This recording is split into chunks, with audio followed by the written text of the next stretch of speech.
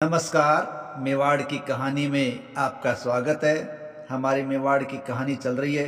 इस कहानी के पिछले भाग में हमने मेवाड़ के महाराणा जवान सिंह का शासनकाल देखा, जिन्होंने नौकर का संबंध एक अतुलनीय रूप से दर्शाया था और साथ ही साथ उनके द्वारा विशेष रूप से बनवाया गया नटनी का चबूतरा था। इसके पश्चात शासक बने महाराणा सरदार सिंह। तो आइए आज की कड़ी में जानते हैं मेवाड़ के महाराणा सरदार सिंह का जीवन काल, जिनका जन्म 29 अगस्त 1798 को हुआ था। देखिए, महाराणा सरदार सिंह है वो बागौर के महाराज शिवदान सिंह के पुत्र थे और ये स्वभाव से उग्र, शराब के शौकीन, दूरदर्शी, विरोधी सामंतों से वैर भाव रखने वाले थे। महाराणा सरदार सिंह का राज्याभिषेक सितंबर 1838 में हुआ। ये महाराणा संग्राम सिंह द्वितीय के वंशज शिवदान सिंह के पुत्र थे। देखिए, शिवदान सिंह के 3 पुत्र थे, सरदार सिंह, शेर सिंह, स्वरूप सिंह। ज्येष्ठ पुत्र होने के नाते सरदार सिंह शासक बने, जबकि कुछ सामंत है वो सरदार सिंह के छोटे भाई शेर सिंह के पुत्र शार्दुल सिंह को शासक बनाना चाहते थे। तो सरदार सिंह जब शासक बन गए तो उन्होंने ऐसे सामंतों से नाराजगी जाहिर की जिन्होंने शार्दुल सिंह का पक्ष लिया था।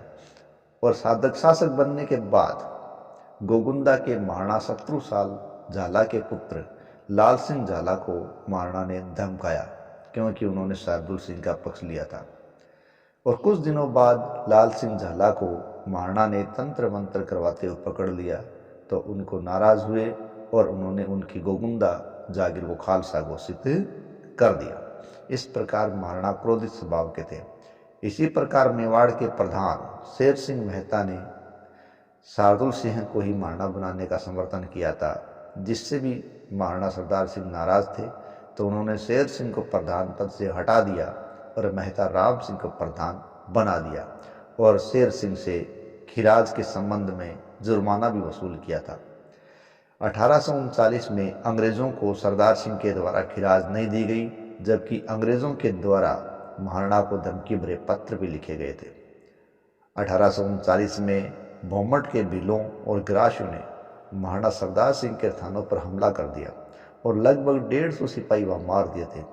इन उपद्रवों को काबू नहीं कर पाए तो अंग्रेज सरकार ने भील कोर की स्थापना करने का निर्णय लिया, ताकि भीलों के इस क्षेत्र में शांति स्थापित की जा सके, जिसके लिए महाराणा को प्रतिवर्ष 1 लाख रुपए से अधिक खर्च भी करने पड़ते थे। लेकिन 1839 में एक प्रक्रिया शुरू हुई, लेकिन जिसकी परिणति बाद में हुई। दिसंबर 1839 में महाराणा श्रीनाथ जी के दर्शन हेतु नाथ द्वारा गए। इनके साथ बीकानेर के महाराजा रतन सिंह राठौड़ भी थे। जनवरी 1840 में महाराणा की पुत्री मेहताब कंवर का विवाह है बीकानेर के महाराजा रतन सिंह के पुत्र कुंवर सरदार सिंह राठौड़ के साथ किया गया और इस विवाह में पॉलिटिकल एजेंट रॉबिन्सन भी शामिल था। महाराणा भीम सिंह के समय कर्नल टोड ने सामंतों के लिए एक कोलनामा तैयार किया था। देखिए, भीम सिंह के समय अंग्रेजों से संधि हुई। भीम सिंह ने लगभग 50 वर्षों तक मेवाड़ में बहुत लंबे अरसे तक शासन किया था। तो उन्होंने कर्नल टोड के साथ मिलकर सामंतों के लिए कोलनामा तैयार किया था, लेकिन अभी तक कुछ सामंतों ने उस पर हस्ताक्षर नहीं किए थे। उसी कोलनामे को कुछ नए दंडनीय प्रावधानों के अनुसार वापस सरदार सिंह ने जारी करवाया और कई सदस्यों से साइन भी करवाए।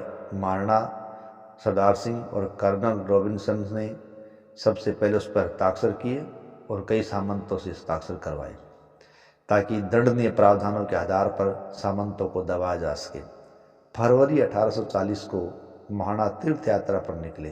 तीर्थ यात्रा के इसी क्रम में वो अनेक स्थानों की यात्रा करते हुए मई 1840 में गया पहुँचे और गया पहुँचकर उन्होंने जवान सिंह का विधि पूर्वक श्राद्ध किया।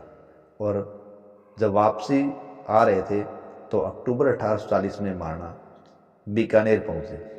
बीकानेर के शासक महाराजा रतन सिंह राठौड़ की एक अन्य रानी से उत्पन्न पुत्री से महाराणा सरदार सिंह ने स्वयं विवाह किया।